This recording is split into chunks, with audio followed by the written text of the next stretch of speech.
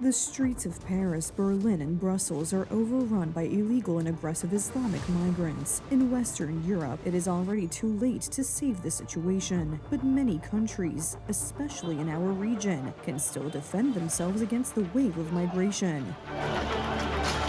An example is set by the new conservative Czech Prime Minister, Andrej Babiš, who has built a coalition based on values, no to leftist ideology, climate madness, and above all, illegal migration. The new government that is coming, which was formed on the basis of the October election results, is composed of 3 parties, all of which are very strongly opposed to any illegal immigration into the Czech Republic.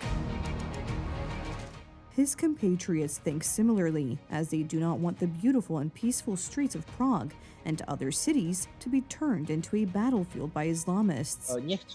The Czechs do not want to give up the common space they have worked hard to create to other cultures that do not behave as they would like in this public space. In the Czech Republic, they take a particularly dim view of what is happening in Western Europe, particularly in Germany.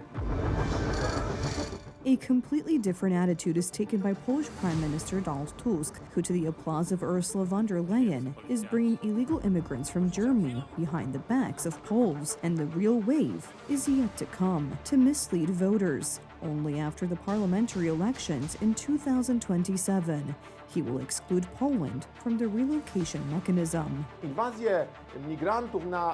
Donald Tusk boasts that he has postponed the invasion of migrants into our country by only 1 year. Sell it as a success. The invasion of our country will begin. It doesn't matter that it has been postponed for a year, but it will happen. Europe is dying as a civilization, and will die because the people who let the migrants in here are now trying in panic to cover up the effects of this disastrous decision. As head of the European Council, Tusk already demanded that countries reluctant to accept Islamists do so, threatening them with sanctions. Now, he will probably implement a plan that is hostile to Poles.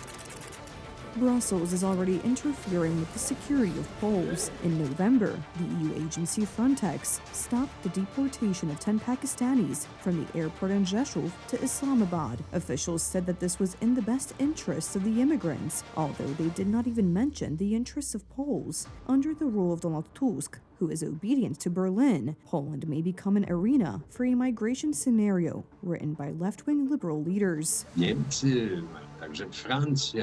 Germany, but also France and the United Kingdom, in my opinion, deliberately led to the disintegration of their own communities, Christians in particular.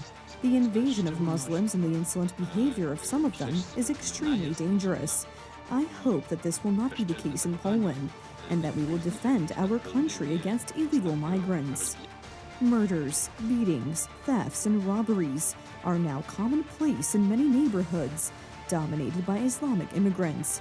Women are particularly vulnerable to violent attacks. French women, for example, have to be careful because they are exposed to danger, insecurity, and crime in public places. 60% of rapes on public transport in Paris are committed by foreigners, most often from Muslim communities, civilizations, and cultural circles.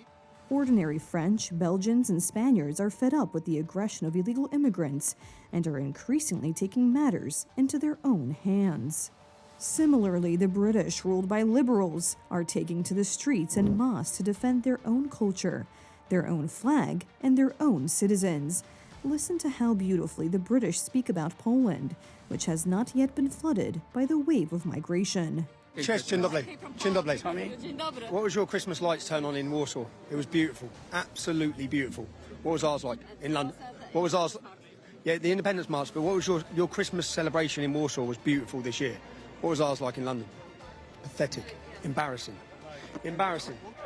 The British are fed up with the terror of illegal immigrants, which is why they took to the streets of London today. Put Christ into Christmas. How easy is that as a concept? What I love about these events, they're big family, fun, friendly events. It unites the community behind a really easy principle. And that's what we're doing here. At stake in these protests is the safety and preservation of the British community from Islamic invasion.